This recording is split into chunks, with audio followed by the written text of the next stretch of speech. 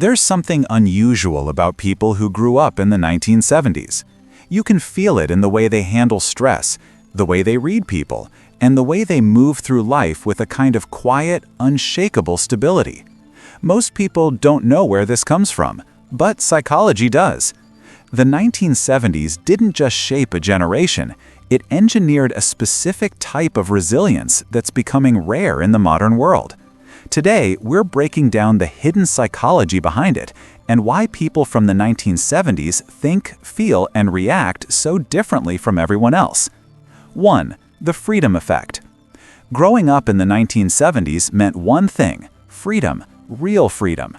You woke up, ate breakfast, ran outside, and the only rule was be home before dark. No tracking apps, no check-ins, no step-by-step instructions.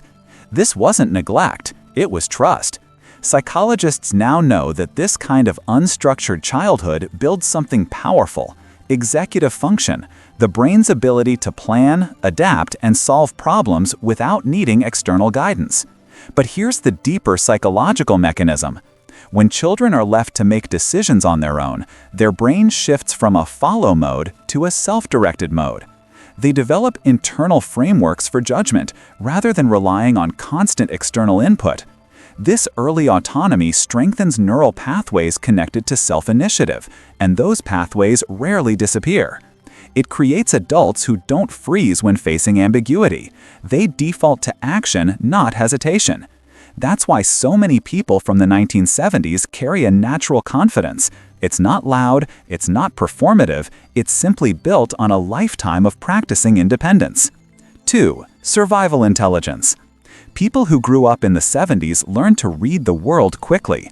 You could sense which neighbor was friendly, which shortcut was safe, and when older kids were in a mood you should avoid. This wasn't fear, it was awareness. Researchers call it hypervigilant social awareness, the ability to pick up subtle cues from body language, tone, and environment.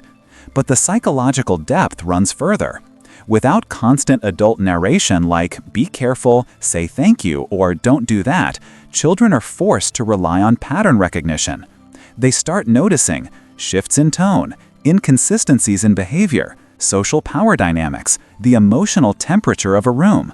This is early training in what modern psychologists call situational intelligence, a blend of social intuition, emotional tracking, and environmental reading.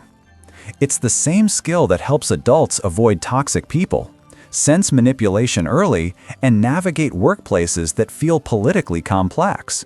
Survival intelligence becomes social protection. 3. Internal locus of control. A key psychological trait of 1970s kids is simple. They don't wait for someone else to fix things. When something went wrong, they didn't look for a rescuer. They looked inward and asked, "What can I do?" This is called an internal locus of control, the belief that your actions, not external forces, shape your outcomes. But here's the deeper layer. Children who handle small responsibilities early begin forming cause and effect maps in their minds. My effort creates results. My choices matter. I can influence my environment. This creates adults who rarely fall into victim mentality. They don't crumble under pressure because their brain has been trained to focus on solutions. It also protects them from emotional manipulation. People with a strong internal locus of control are harder to guilt trip, harder to control, and harder to psychologically destabilize. They move through life with the mindset, "I may not control everything, but I control enough." 4. The boredom advantage. In the 1970s, boredom was normal. No smartphones, no endless content, no on-demand entertainment. If you said, "I'm bored," you were told, "Find something to do." And so you did. Boredom acted as a mental pause, forcing the brain to generate stimulation internally, instead of waiting to receive it from outside. The psychological effect? It strengthened creativity, patience, and cognitive endurance. But here's the hidden advantage. People who grow up exposed to boredom develop stronger dopamine regulation. They don't need constant stimulation to feel okay. Their threshold for discomfort is higher. Their focus lasts longer. In a world addicted to instant gratification, this generation has a type of mental stillness that functions like emotional armor. 5. Calibrated risk. Growing up in the 70s meant encountering small, manageable risks, climbing, exploring, testing limits with awareness and caution. Through these micro-experiences, they learned something essential. Not every uncomfortable feeling means danger. Modern anxiety often comes from misreading discomfort as threat. But 1970s kids learned to separate the two early on. They developed realistic risk assessment, sharper instincts, and better judgment under pressure. This is the psychology that lets them stay calm when things get chaotic. Their brain is familiar with uncertainty, so it doesn't slip into panic as easily. They became adults who navigate challenges with grounded clarity, not emotional volatility. 6. Mastery of solitude. One of the most profound traits of this generation is the ability to enjoy their own company. With limited entertainment and fewer scheduled activities, they spent long periods alone. No audience, no validation loop, no algorithm rewarding their behavior. This built emotional sovereignty, the ability to regulate your internal world without external reinforcement. Here's the key insight. People who grow up comfortable with solitude develop an internal reference point for self-worth. They don't need attention to feel real. They don't fear silence. They aren't disturbed by days without social interaction. This makes them more stable in relationships, less reactive, and harder to manipulate emotionally. Solitude became psychological grounding. 7. Emotional regulation. In the 1970s, if you felt upset, you had to sit with the emotion until it settled. No instant distraction, no online venting, no real-time reassurance. This condition built emotional self-regulation. But let's expand the mechanism. When children experience emotions without immediate relief, they learn. Feelings rise and fall naturally. Discomfort has a timeline. Emotional pain is survivable. Calm returns without external rescue. These lessons form the basis for emotional maturity. Adults who learned this early don't explode when stressed. They don't panic at the first sign of tension. They don't externalize blame. They've internalized one of the most powerful psychological truths. I can experience this and still be okay.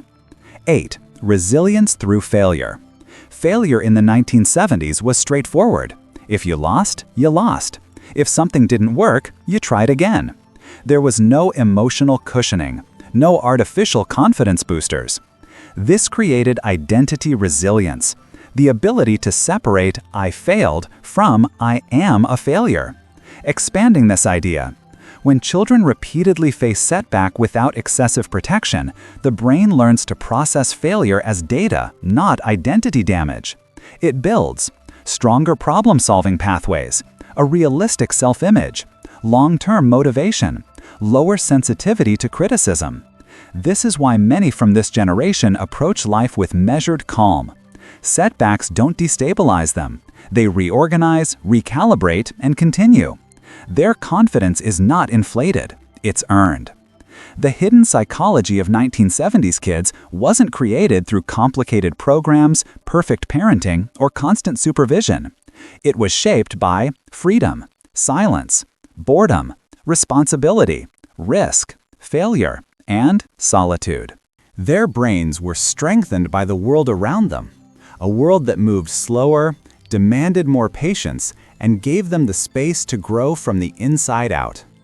And today, that psychology shows up as calm under pressure, sharp social awareness, resilience, quiet confidence, emotional maturity, independence, and a deep sense of personal stability. They are living proof that sometimes the strongest people are shaped by the simplest moments, and that the best things you can give a child aren't constant protection or constant stimulation, but the tools to grow independently. If this video made something click for you, share your thoughts in the comments. I read every one of them. And if you want more psychology explained in a calm, meaningful way, you can subscribe. No pressure, just a quiet space to understand people a little deeper.